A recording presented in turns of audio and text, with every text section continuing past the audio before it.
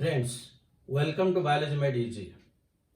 We are discussing the pteridophyte group, and in pteridophyte, in the previous video we have discussed the general characters.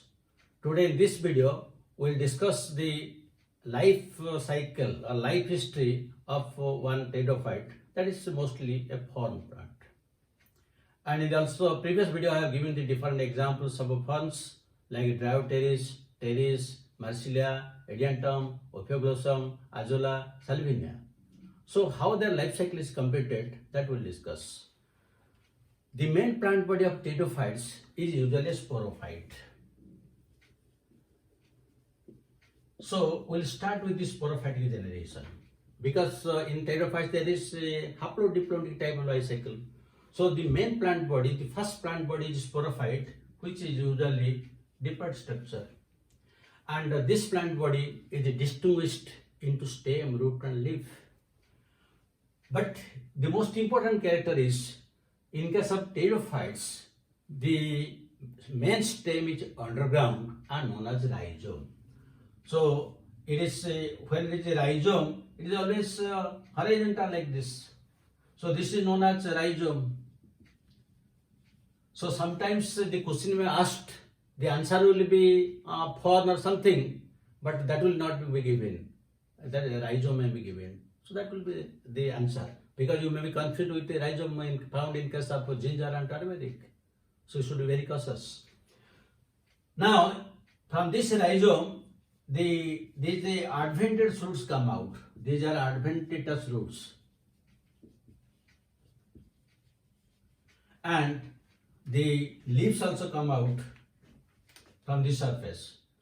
So the leaves are usually pinnately compound leaves. The leaves are quite decorative because they are used as ornamental plants. Likewise, or the leaflets will be like this. And the young leaves, likewise there will be so many leaves are there. The young leaves are coiled like this. So this is young leaf, and this is known as succinate vernation. Succinate vernation. That means the folding of young leaves. And in this character, it resembles to that of cycles. Because in case of cycles, it resembles cycles. Because in case of cycles also, which is gymnosperm, that has also succinate vernation. And throughout this stem and leaves, you'll find some brown hair-like structures known as ramenta. Like so many brown hair-like structures are present in the base of the leaf and the stems. These are known as ramenta. So again, this is very important from examination point. Ramenta means brown hairs present on the stem and base of the leaves. If we discuss the anatomy is not required for life cycle, but still if we discuss it, the anatomy, usually it is dictyostele with amphicribal or hydrocentric condition. That means the xylem is present in the center surrounded by phloem. That is amphicribal or hydrocentric dictyostele. That we have read in the anatomy chapter. So here you will find the dictyostele. So this is the morphological and anatomical characters. If we come to the reproduction, the vegetative reproduction usually can take place either by fragmentation. That means if this rhizome will be broken, then it can be divided into two parts, or by formation of adventitious buds. From the rhizome, the new buds may come out. So in that way also it multiply. Now here I will tell you another important thing. The rhizome is underground, and usually it grows in cool, damp, shady places, mostly by the side of streams, in also forest. One very important question is, if there will be forest fire, which plant will come out first? The answer will be the ferns. Because all forest plants are tall, they will be burnt in fire. But here the leaves will be burnt, but not this time because it is underground. So again, when it will get the proper condition, immediately the leaves will come out. So this is a very important question. Plus, the leaves have some phenolic compounds. The leaves have some phenolic compounds which are bitter in taste. That is why even if you put this ferns as ornamental plants in your pots and you put in your garden or balcony or you put it outside, no cat will graze over it because the phenolic compounds are bitter in taste. These are some important things. Now, this is the way how the vegetative reproduction will take place. Now, coming to the main reproduction, which may be asexual or sexual, the leaves, which is also known as, that is also leaf, is also known as plant, and their main function is photosynthesis. But when they mature, they also help in reproduction, and the leaves are now converted to sporophylls. Sporophylls means when the leaves contain sporangia, sporophylls. So if we take the backside of one leaf, suppose this is the backside of one leaflet. On the backside you will get some brown structures. Some brown structures are there like this. Now each structure is known as sorus. Sorus, in plurality known as sori. And inside each sorus there will be several sporangia. There will be several sporangia. It will take a cross section of the leaf through the sporangia. How it will look like. So you see, this is the upper surface of the leaf, this is the lower surface. From the lower surface, one outgrowth will come out. And this outgrowth will give rise to a kidney-shaped structure like this. This kidney-shaped structure is known as indusium. And this extra growth, this is known as placenta. And on either side of the placenta, this sporangia develop. Several sporangia develop on either side. So this is the structure of one sorus. In each sorus, there are different sporangia present. Now let us draw one sporangium.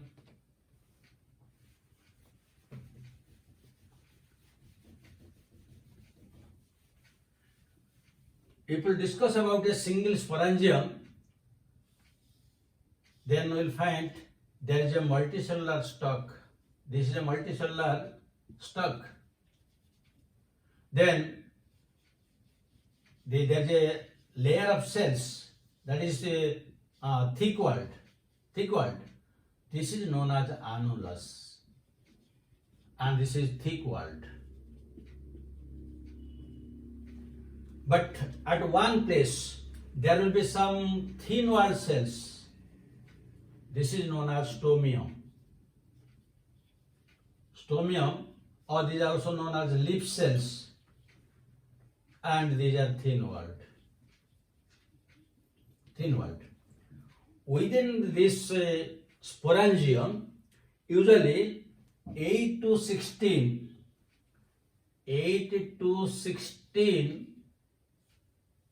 spore mother cells are produced. Spore mother cells, and spore mother cells are diploid structures. Now these spore mother cells undergo meiosis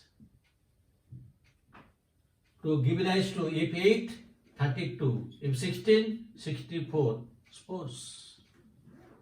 Now these spores are haploid, and when there is a dry condition, the indusium which protects the sporangia, that will shrivel, that will sec, and the sporangia will come out.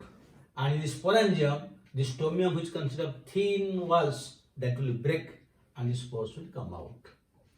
Now these spores, which are haploid, they will germinate to give rise to the gametophytic plant body, which is known as prothallus.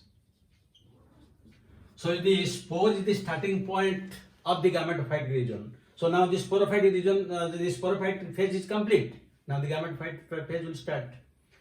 So the gametophyte is known as prothallus. That is also asked as an important question. You have to remember. Now the prothallus is, or you can tell the gametophyte or prothallus, usually it also grows in cool, damp and shady places. That is why I have told you in the general characters that is the distribution of pteridophytes is restricted, because the spores will germinate only in damp and cool places. Now each gametophyte, let us discuss the second phase, that is gametophyte.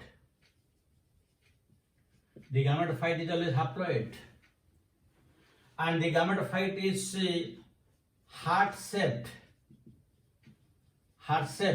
or you can call it as caudate. It is a non-vascular, because vascular bundle, you see, pteridophytes are vascular. That means the sporophytes are vascular, not the gametophytes. So it is non-vascular. It is usually monoecious. Monoecious only when the spores are homosporous. If heterosporous, it will be dioecious. Then it has polarity.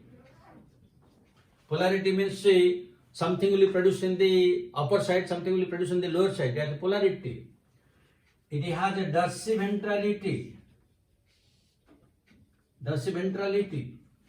Now let us discuss all these things.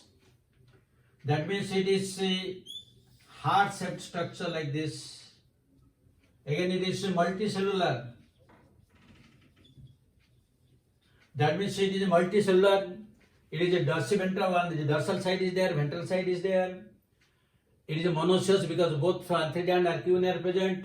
And in the lower side, here we will get these are the rhizoids. This is known as apical notch. That is the growing point. Here, the antheridia and archegonia. The antheridia are intermingled with the rhizoids. They are intermingled with the rhizoids, while the archegonia are present just below the apical notch. Below the apical notch they are present. That means it has polarity. That means the archegonia are always present below the apical notch, while the antheridia are present on the lower side along with the rhizoids. That means it has polarity. So you see it is heart-shaped structure. It is non-vascular, means the vascular ones are not there. It is a monoecious, both antheridia and archegonia are present. It has a polarity because below the apical notch archegonia are present, here the antheridia are present. It has a dorsal and ventral side. It is multicellular. It is also green and photosynthetic, and it is independent and free living. The next point is it is independent and it is free living. There are so many adjectives of this. Now, how this will reproduce? The gametophyte usually reproduces by means of sexually by means of antheridia and archegonia. Now, the antheridia, they are very small in size. The antheridia are very small in size, and they are surrounded by three cover cells. The first ring, second ring, and this is one cover cell. Three outer cells are there. And within this antheridium, the entire antheridium is haploid. So the antherozoites will be produced only by means of mitosis. So here, the cells will undergo mitosis, and they will, after mitosis, they will give rise to antherozoids. These antherozoids are usually multicellular. They are multicellular, that is, you can tell multiflagellate antherozoids are present. In case of bryophytes, they were biflagellate, but here multiflagellate. Now you come to the archegonium. The archegonium is also very important. The archegonium are present below the apical notch, but you see they are present always in the inverted condition like this. Inverted condition they are present. And here this is the egg or oosphere.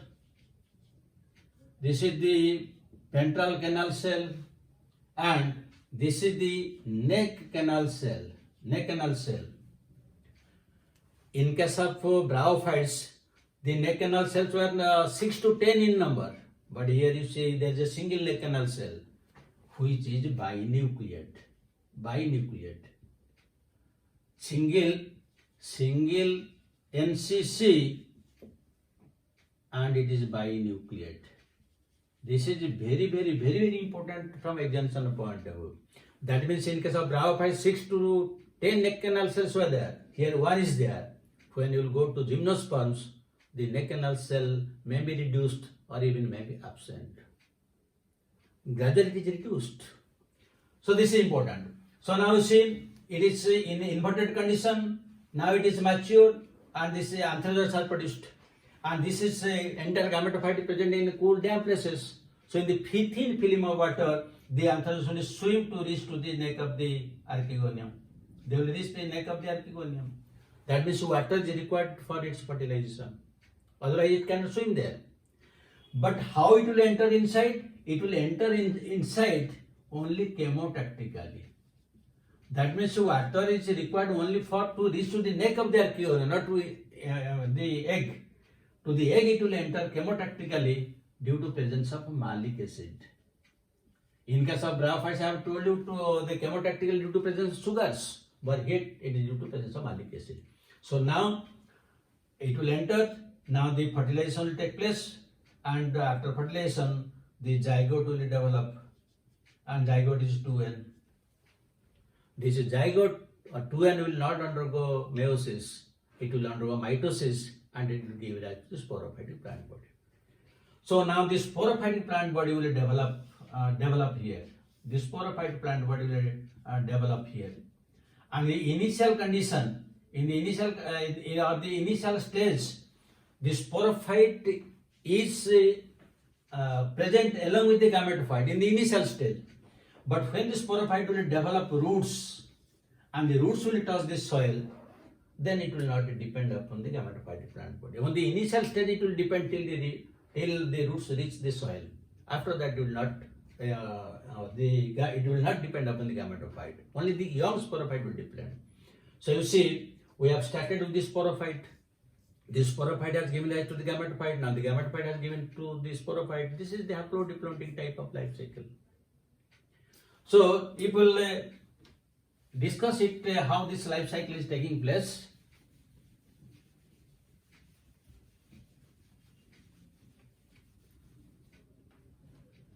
The main plant body is sporophyte. It is the main plant body.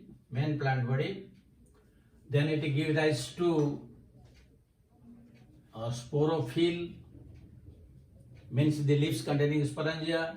Then the sporophyll has several sori. Each sori has sporus. Each sporus has sporangia.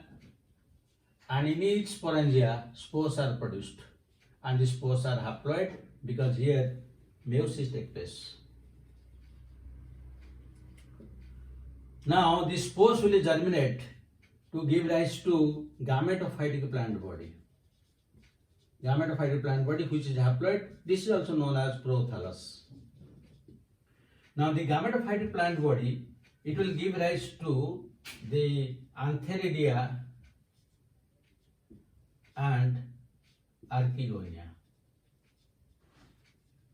The antheridia will give rise to antherozoids and the archegonia will give rise to egg. Now the egg and antherozoids, they will combine together to give rise to zygote. So now again the 2N structure appears. Now the zygote will give rise to embryo, which is 2N, and the embryo will give rise to sporophyte. Now if we draw a line here, you see this side is all are different structures. This is the sporophyte regeneration, 2N, and this is the gametophytic regeneration, or N. That means the main plant body is sporophyte. Now it gives rise to the gametophyte, and the gametophyte gives rise to sporophyte. This is known as haplodiplontic life cycle. So this is the life cycle of pteridophytes. Now from this you can get some idea how they complete their life cycle. With this is complete, let us discuss questions.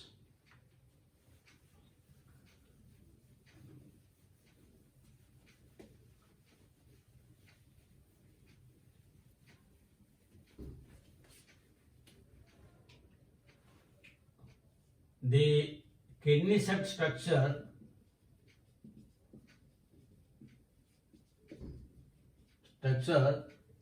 protecting the sporangia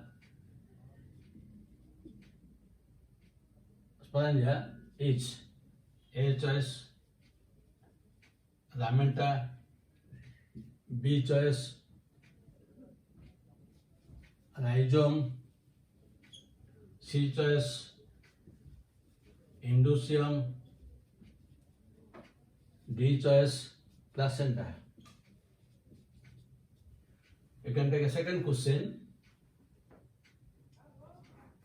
The brown hair-like structures present on stem of ferns is A choice indusium, B choice placenta, C choice you can write ramenta, and D choice you can take cone. So these are the type of questions which are usually asked in all national type of tests. I hope you have a clear idea and clear concept regarding the pteridophytes. Thank you very much for watching it. God bless you. Have a good day.